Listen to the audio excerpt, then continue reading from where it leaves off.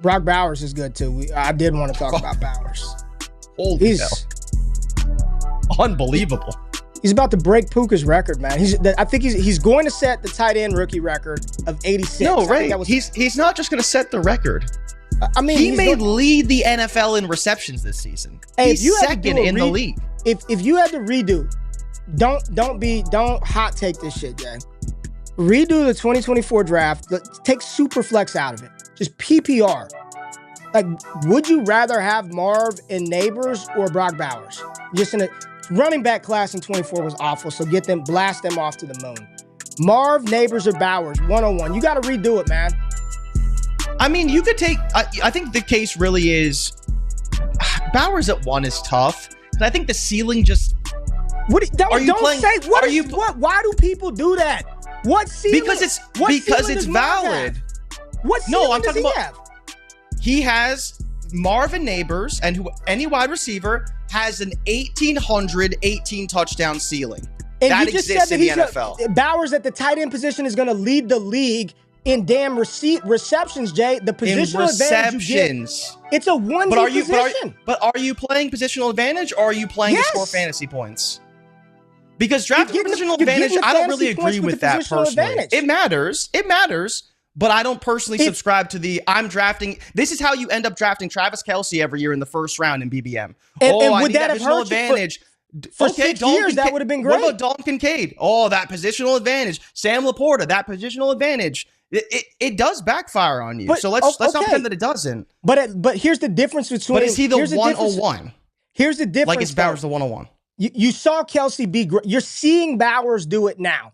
He's good. You're hoping that Marv. What has Marv shown that says that he should be ahead of Brock Bowers? I'm not saying that he's shown it, but I think if he develops to be the number 1 wide receiver in a very good offense, that is going to be good things. But Bowers is that now. You don't have to hope. You know that right now that he is the best. Yes, he is currently the best in an awful offense. Now, when they draft a wide receiver 1, is he still that? Is he still second in the league in receptions? Yeah. That's the hope. And he still only has 700 yards on 70 receptions.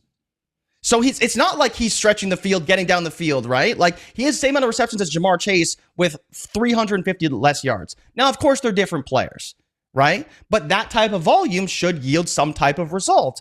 And while it's a tight end position, I understand what you're saying. How is Phil is saying positional advantage is overrated? How? How is it overrated? I believe it's overrated personally, right? Leave, and we just talked about the wide receiver scoring is flat.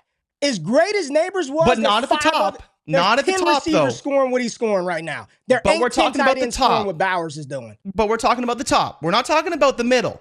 We're getting out of we're talking about the top.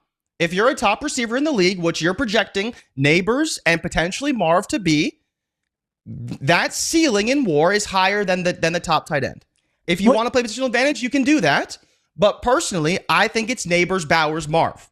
I would not put Bowers at number 1 because if Nabers hits the way that we expect him to based off his rookie season, he is probably close to what Jamar Chase and Jefferson did yearly. If ands and nuts were candy and butts every day would be Christmas. If. Hope. He's got 70 plus receptions right now. But I don't care if he has 70 receptions. Okay. Because the actual ceiling at tight end is not as high as it is at wide receiver. That is a fact. Is. If you've got Kelsey, show me a wide receiver catch 140 balls for 1,800 yards and 20 touchdowns. Show me that. It's never happened, and it's probably never going to happen. How many receivers are going for 1,800? Do you think 20? How many receivers are going for 140 and 1,800 every year? If you are projecting a receiver to be top tier, I'm not top projecting 5 to be that. I'm not saying that. I'm saying Malik Nabers, I believe, can be a top receiver in this league. He can be a CeeDee Lamb. He can be a Jamar Chase. He can be a Justin Jefferson. Brock Bowers is never doing that. And I understand the positional advantage that he can provide at tight end. But if you're redrafting, I would still have Nabers at 1. I think Nabers has shown us enough that he possesses the skill set to surpass what you believe in positional advantage to actually have fantasy points that at an extremely high level. I'm totally with you. Bowers is absolutely in the conversation. But if I'm picking a player, I am still chasing that penultimate ceiling that I believe that Malik Nabers has. That's all.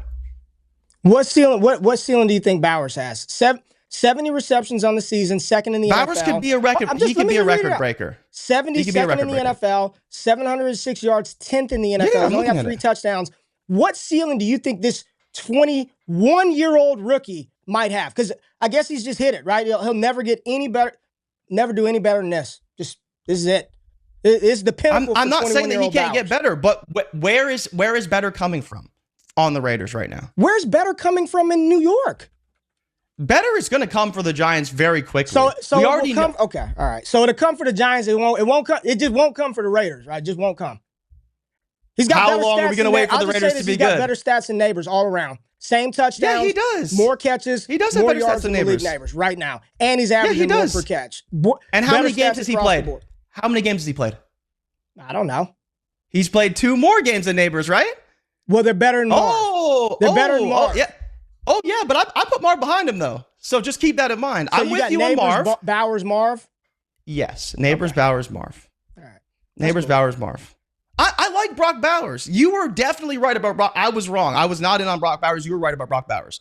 But I do believe if you are that when you're talking about the top of the top, positional advantage doesn't matter, man. Like you're not taking Travis Kelsey Y'all really over think Jamar this, Chase. Hold on, man. Y'all really think this is Bowers' ceiling? Y'all really? I don't know what his ceiling is, well, but the ceiling for tight end is like probably 1,400 yards. That's like the ceiling we've seen from tight end. I mean, something Kelsey like that, probably. Went 6 straight seasons between 1,100 yards and 1,400 yards, 6 straight years, 1,100 to 14. Yeah. I mean, you find me. There are receivers that don't go on those type of runs. But I think Gronk still has the best tight end season, right? With like his 20 touchdown season. Yeah, I think he had like 20 damn TDs. Yeah. Like Kelsey's highest, let's say that his highest fantasy production is 105 receptions for 1,416 yards and 11 touchdowns. He did have a 12 touchdown season, so that may trump it slightly. 110, 1338, and 12. But I believe the 2020 year was Mahomes' 50 touchdown, 5,000 yard season. Yeah. All right. And he still only had 1,400. Here's what I'll say. This is what I'm going to say, man. Go to Dynasty Daddy. Go to Dynasty Daddy and go to the trade database. Go look at what you can acquire Bowers for. It is. I agree. He's at much lower value. Very obtainable, JRich. Very. Well, do you know what he's ranked right now? Because I actually didn't know this. What, on KTC? Yeah. What's he ranked? He's 14th on KTC. Overall. Tight end won by a mile. And listen, you can say all that positional advantage don't matter shit that you want to, but at a position like tight end where people truly are like, I don't know what to do. Pat Freiermuth, David Njoku, Kyle, they all stink. They all stink. And if you drafted the stinky one, you're getting like 3-4 points. If you have Bowers, he's as plug and play as you'll ever see. And you don't even have to worry about it again. I'm not saying, Jay, that Can I bring up one point quickly? Go ahead. And I know you're going to hate that I'm bringing this up. But there was a tight end who was very highly drafted. Very highly touted. A unicorn, they said. His first season, he had 110 targets, 68 yards, 1,000 yards, and 1 touchdown. Who is that tight end? Kyle Pitts. And what has he done since? And what happened, Ray?